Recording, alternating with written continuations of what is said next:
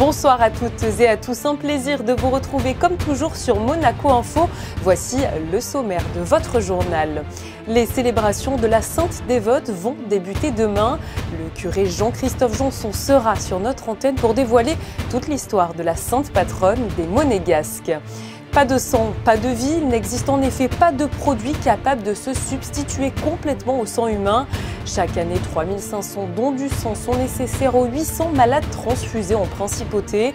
Le CHPG se met plus que jamais au service de cette cause grâce à une idée novatrice que vous pourrez retrouver dans cette édition. Alors que la transition énergétique est une priorité du gouvernement, vous découvrirez les entreprises qui ont reçu des prix pour souligner leurs efforts en faveur de l'environnement.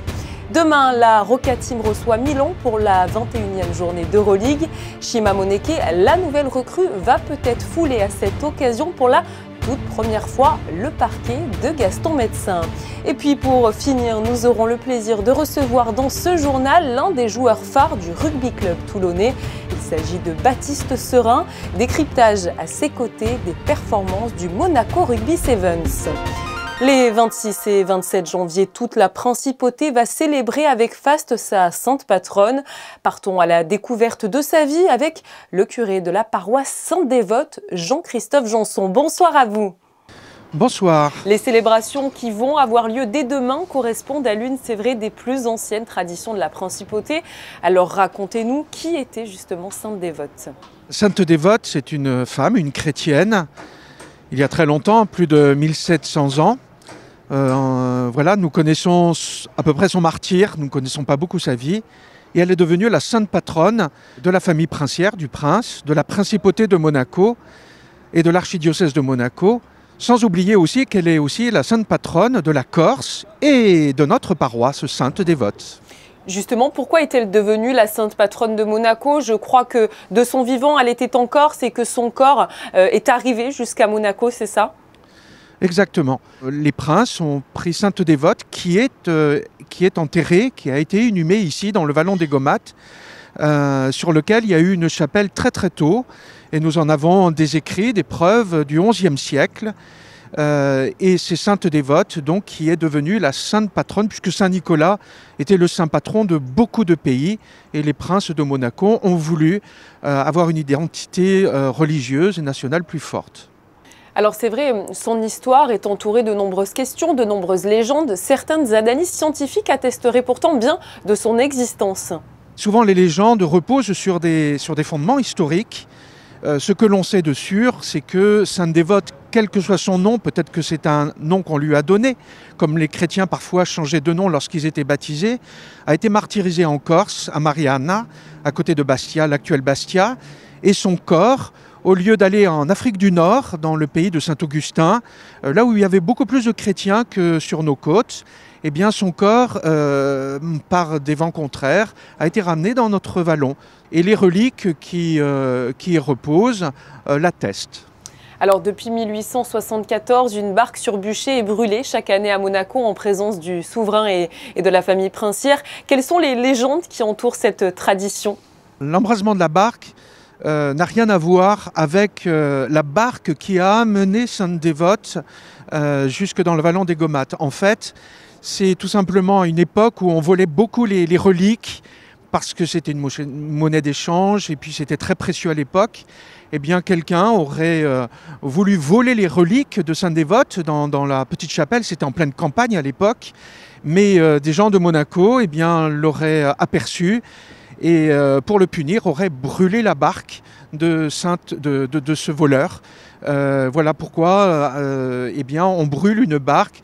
Mais c'est aussi un moment de joie festif, comme beaucoup de feux, comme la Saint-Jean, qui réunissent les petits et les grands. Parlez-nous justement du programme des célébrations qui débuteront donc ce jeudi 26 janvier. Alors le 26 janvier, c'est la veille de la fête de Sainte-Dévote. Dans notre église, nous accueillons d'abord les reliques qui nous viennent de la cathédrale, parce que la plupart des reliques de Sainte-Dévote ne sont pas à Sainte-Dévote, elles sont à la cathédrale.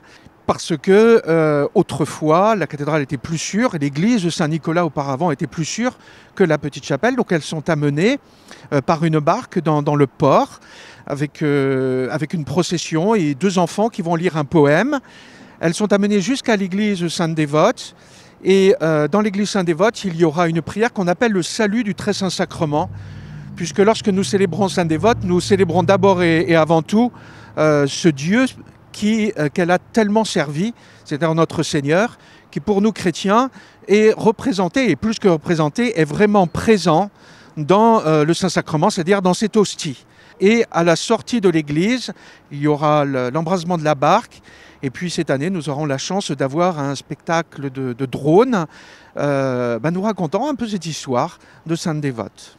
Vous l'avez dit, les festivités commencent le 26 janvier, la veille de la Sainte-Dévote. Qu'est-ce qui va se passer le 27 janvier? Alors le 27 janvier, c'est vraiment le jour de la fête de Sainte-Dévote. C'est le jour le plus important. Nous allons ramener les reliques à la cathédrale. Et là, il y aura la messe solennelle, célébrée par des évêques, par des prêtres et par tout le peuple chrétien qui sera réuni autour de la famille princière et des notables de Monaco, ainsi que des délégations étrangères. Et cette année, nous aurons la chance que cette messe sera présidée par un cardinal, le cardinal archevêque de Marseille, Monseigneur Aveline. Après quoi, après la messe, il y aura une procession avec les reliques. Avec ces reliques, Sainte-Dévote bénira le palais, la ville de Monaco et la mer, puisqu'elle est aussi elle est patronne aussi de la mer. Merci beaucoup à vous de nous avoir expliqué toute l'histoire de la sainte patronne de Monaco. Merci à vous et bonne fête de Sainte-Dévote à tous et à toutes. Et vous pourrez suivre les célébrations de la Sainte-Dévote demain en direct à partir de 18h40 sur Monaco Info, mais également le 27 janvier dès 10h avec la messe pontificale. On l'a par ailleurs appris aujourd'hui en fin de journée, il n'y aura pas de débat télévisé concernant les élections nationales. En effet, les représentants des deux listes candidates ne se sont pas mis d'accord sur la désignation des participants. Le centre hospitalier Princesse Grace a eu une idée originale afin de faciliter et d'encourager le don de sang à Monaco. Il se met à la disposition des salariés en principauté. C'est au Palais Princier que le dispositif s'était installé pour la journée afin d'aller à la rencontre du personnel de la Maison Souveraine et de la Compagnie des Carabiniers du Prince. Vanessa Dessy vous en dit plus sur des images de Lionel Bernardi. La transfusion sanguine est nécessaire au traitement de nombreuses pathologies. Donner son sang est un acte de solidarité simple, généreux et responsable. C'est pourquoi le souverain a souhaité faire passer un message fort. Il a voulu organiser une collecte de sang en son palais pour le personnel de la Maison Souveraine et le corps des carabiniers. C'est vrai que c'était important d'avoir cette démarche-là. Avec le Covid, il y a eu un petit peu de moins aussi de collecte en ville. Donc parfois, entre la vie professionnelle, la vie familiale, c'est difficile. Même si on a le souhait de donner son sang, parfois on a du mal à trouver le temps. Donc c'est vrai quand le centre de transfusion du CHPG vient à vous, parfois c'est plus facile de donner son sang. Et donc c'est important que les institutions et aussi les entreprises puissent se mobiliser. Le sang est donc indispensable pour soigner certains patients, notamment ceux qui sont sous chimiothérapie, ceux dont la moelle osseuse ne fonctionne plus ou encore pour tout patient souffrant d'une hémorragie. Mais pour différentes raisons, la population peine encore à effectuer cette démarche. Il y a bien sûr la peur de l'aiguille qui remonte quand on fait des questionnaires pour comprendre un petit peu les freins au don du sang. Nous avons aussi les donneurs qui manquent de temps, qui ne peuvent pas se libérer sur leur temps de travail notamment. Et ensuite, ceux qui n'y pensent pas. À ce jour, nous avons besoin d'environ 5000 poches par an pour assurer le besoin transfusionnel en principauté. Et en 2022, nous avons prélevé 1975 poches, ce qui est bien inférieur aux besoins des patients. Un véhicule est également à la disposition des salariés de la principauté. Le concept est simple, chaque employé d'une société partenaire peut prendre rendez-vous. À l'heure convenue, une voiture vient le chercher sur son lieu de travail, l'emmène directement au CHPG et le ramène une fois le don de sang effectué. N'hésitez donc pas une seule seconde à aller donner votre sang si vous remplissez les critères de sélection pour pouvoir sauver des vies. La conférence annuelle de la transition énergétique a eu lieu mardi soir au Yacht Club, l'occasion de dresser le bilan des actions menées ces dernières années et de présenter plusieurs perspectives à venir. Sandrine Nègre et Thomas Deus étaient sur place.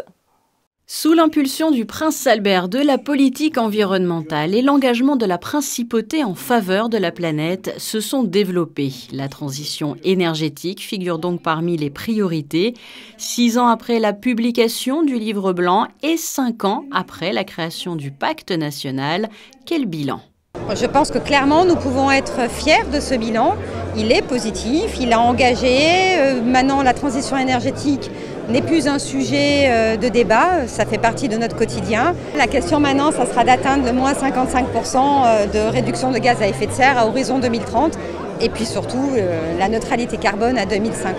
Mobilité, déchets, énergie des bâtiments, la transition énergétique passe par plusieurs domaines et différents secteurs. Des acteurs de cette transition étaient invités pour parler de leur engagement. C'est un moment fédérateur de toute la communauté des signataires du pacte national, donc la communauté des engagés en faveur de la transition énergétique. Donc il s'agit de rendre visible, fédérer et donner envie d'aller plus loin. Je crois qu'aucune de nos activités économiques ne peut pas s'interroger sur son impact carbone aujourd'hui, et quelle qu'elle soit, même une activité de service. Et c'était intéressant effectivement d'avoir le témoignage d'une personnalité de la banque qui puisse aussi d'ailleurs dire comment la finance pouvait accélérer aussi cette transition. Donc on a tous un rôle à jouer, quel que soit le secteur économique, et effectivement je pense que la soirée l'a bien illustré. Murphy, c'est une entreprise de réparation d'électroménager qu'on a lancée il y a 4 ans. Notre mission, c'est de réduire les déchets électroménagers qu'on produit. Il faut savoir que 70% de l'impact carbone de notre électroménager vient de toutes les phases d'extraction de matière, de transformation, d'assemblage et de distribution, donc tout ce qui vient avant la vente. Donc typiquement, ça n'a pas de sens de remplacer un produit, d'un point de vue écologique bien sûr, de remplacer un produit qui consommerait beaucoup d'énergie par un produit neuf qui en consommerait moins. Et donc notre objectif, c'est de faire en sorte que ces produits-là durent le plus longtemps possible en les réparant quand ils tombent en panne. Des récompenses ont d'ailleurs été remises pour saluer le service de livraison Itin et sa flotte de scooters électriques. Ici Salade pour son investissement dans le projet Ma Consigne ou encore Mona Résidence pour sa sobriété en énergie. Isabelle Béraud-Amadei a présenté hier soir à l'hôtel Hermitage ses vœux au corps diplomatique et consulaire en poste à Monaco. L'occasion de rappeler les nombreux enjeux internationaux dans le contexte difficile de la guerre entre l'Ukraine et la Russie. Elle a ainsi souhaité pour tous une année 2023 prospère et porteuse de paix. La ministre des Relations extérieures et de la coopération a aussi salué les nouveaux consuls fraîchement arrivés en principauté. Nous vous parlons depuis pas mal de temps maintenant de Monacotech, l'incubateur monégasque de start-up. Eh bien, il sélectionne actuellement de nouvelles sociétés susceptibles d'intégrer ses locaux. Les candidats viennent de passer devant le jury. Reportage de Fabien Bonilla et de Lionel Bernardi. Créé il y a plus de 5 ans par l'État monégasque en collaboration avec Xavier Niel, Monacotech est un incubateur accélérateur de start-up et propose à de jeunes entreprises innovantes, triées sur le volet, de bénéficier d'un appui en termes de conseils, de suivi, de soutien, d'accompagnement et de financement pour un loyer défiant toute concurrence, tout cela dans des locaux de plus de 800 mètres carrés situés à Fontvieille. Depuis sa création en novembre 2017, Monacotech a déjà accueilli 45 startups et 20 y sont actuellement hébergés. Au total, cela a permis de créer 120 emplois. Récemment, Monacotech a ouvert un nouvel appel à projets pour de futures startups. Elles étaient 55 à avoir déposé une candidature à l'automne dernier. Après étude des dossiers, 6 startups ont été sélectionnées pour affronter ce mercredi un jury composé de 9 spécialistes de l'entrepreneuriat. Nous développons des nanomatériaux écologiques pour remplacer des métaux rares dans des batteries, dans des systèmes électroniques comme des panneaux solaires. Donc on essaye de participer à la révolution green avec un nouveau process, un nouvel aspect qui est assez révolutionnaire d'un point de vue technique. On pense qu'à Monacotech, il y a énormément de créativité et de potentiel pour enrichir notre team et peut-être notre base clientèle et de partenaires. Ce qui m'a paru particulièrement intéressant dans cette logique de sélection, c'était qu'on avait une multitude de critères. Et pas uniquement des critères de potentialité financière, mais bien des critères d'impact, des critères également de pertinence de l'équipe, qui sont des critères essentiels dans une sélection de start-up. Donc on va essayer de définir donc des projets en adéquation avec l'ADN de Monacotech, et voir aussi derrière l'accompagnement qu'on pourra leur proposer pour que le projet puisse prendre vie et pouvoir se développer et trouver son marché. Après la présentation de ces entreprises innovantes, le jury a délibéré. Les 6 startups recevront une réponse d'ici 1 à 2 semaines. Monacotech se laisse le droit de choisir le nombre de startups retenues pour intégrer les locaux début mars. Nous vous tiendrons évidemment au courant des résultats des nouvelles sociétés qui intégreront Monacotech sur Monaco Info. Le palmarès 2023 avait été proclamé dimanche soir et c'est hier sous le chapiteau de Fontvieille, à l'issue de la soirée de gala, qu'ont été officiellement remis les prix du 45e Festival international du cirque de Monte-Carlo. René Casselli Jr., accompagné de sa sœur Mérilu et de sa compagne Quincy Azzario, ont reçu une très belle ovation. Ils ont en effet décroché le seul clown d'or décerné cette année pour leur numéro d'acrobatie à cheval. Les 6 clowns d'argent et les 4 clowns de bronze ont été également remis à leurs lauréats. Je vous rappelle que le festival se poursuit jusqu'à dimanche sous le chapiteau. Alors que le Nouvel An chinois a débuté ce dimanche 22 janvier, la Principauté a célébré elle aussi cet événement. De nombreuses personnes étaient réunies hier soir à l'hôtel Hermitage pour se retrouver autour de cette nouvelle année sous le signe du lièvre. Regardez sur ces images, la célèbre danse du dragon a même eu lieu. Une vraie tradition en Chine et maintenant à Monaco. Hier soir, au même moment, s'est tenue la remise des prix des coureurs locaux qui ont participé à la No Finish Line 2022. L'occasion de partager un moment chaleureux autour d'une galette des rois au Stars & Bar pour féliciter les participants. En effet, grâce à eux et aux milliers de kilomètres parcourus, 251 770 € ont été récoltés pour soutenir des projets pour des enfants malades ou en difficulté. L'édition 2023 de la No Finish Line se tiendra du 11 au 19 novembre prochain. Après 2 matchs européens à l'extérieur, la Roca Team reçoit ce jeudi Milan pour le compte de la 21e journée d'Euroleague. Un match au cours duquel les fans pourraient voir jouer la dernière recrue Chima Moneke. Un renfort important pour les Monégasques. Les enjeux de ce match présentés par Yannick Debever sur des images de Thomas Deus et Alexandra Marangoni. Regardez. C'est la première fois de la saison que la Roca Team reste sur 2 défaites consécutives en Euroleague. 2 revers concédés à l'extérieur alors. Ce match de jeudi à Gaston Médecin face à Milan est une formidable occasion de relancer la machine monégasque. On aura notre 6e homme avec nous et ça fait une grosse différence. Justement, c'est un match qu'il faut gagner et si on peut gagner avec du caractère. Le match aller chez les Italiens avait laissé un goût amer aux Roca Boys. Après avoir complètement dominé la rencontre, il s'était effondré dans le dernier quart-temps, laissant les Milanais remonter un écart de 17 points pour finalement concéder une défaite 79-71. L'heure est donc à la revanche. Just being consistent offensively, defensively, pay attention to the small details. The game in Milan, myself personally, I missed up on some small details on Barron. So clean some of those up and continue to do what we did. We played a great game for 3 quarters, but then that 4th quarter killed us. So putting together a full 40 minutes is, I think, our priority right now.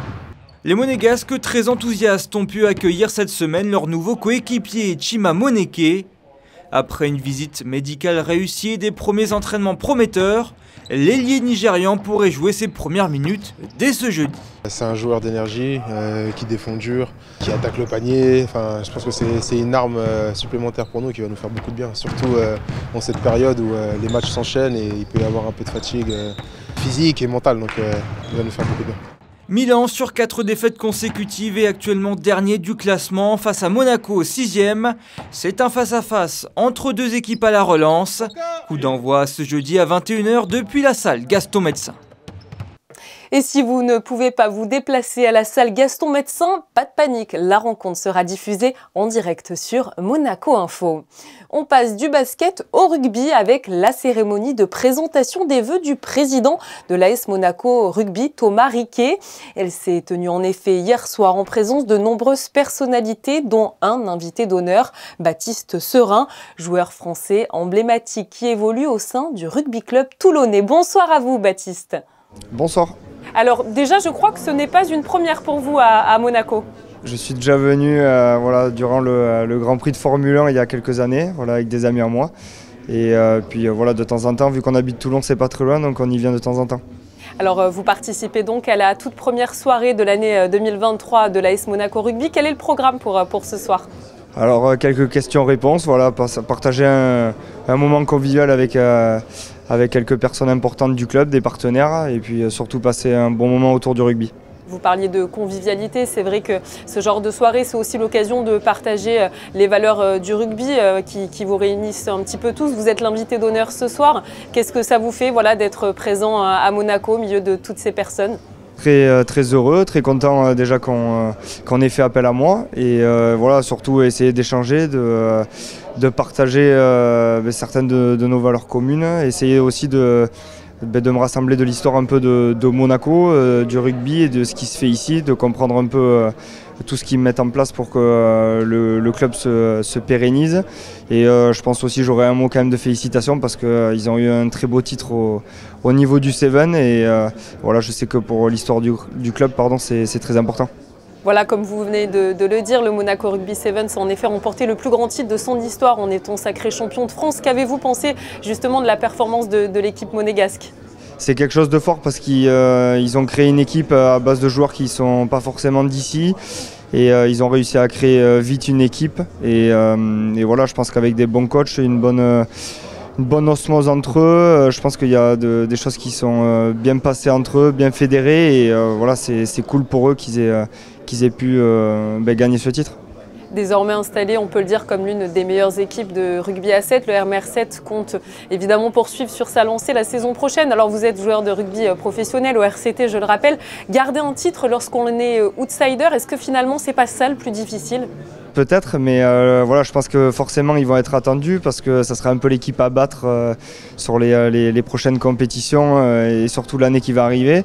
Mais je pense qu'ils ont les armes aussi parce qu'ils recrutent de bons joueurs, des joueurs qui ont aussi gagné ensemble pour la plupart. Donc voilà, j'espère pour eux qu'ils figureront bien.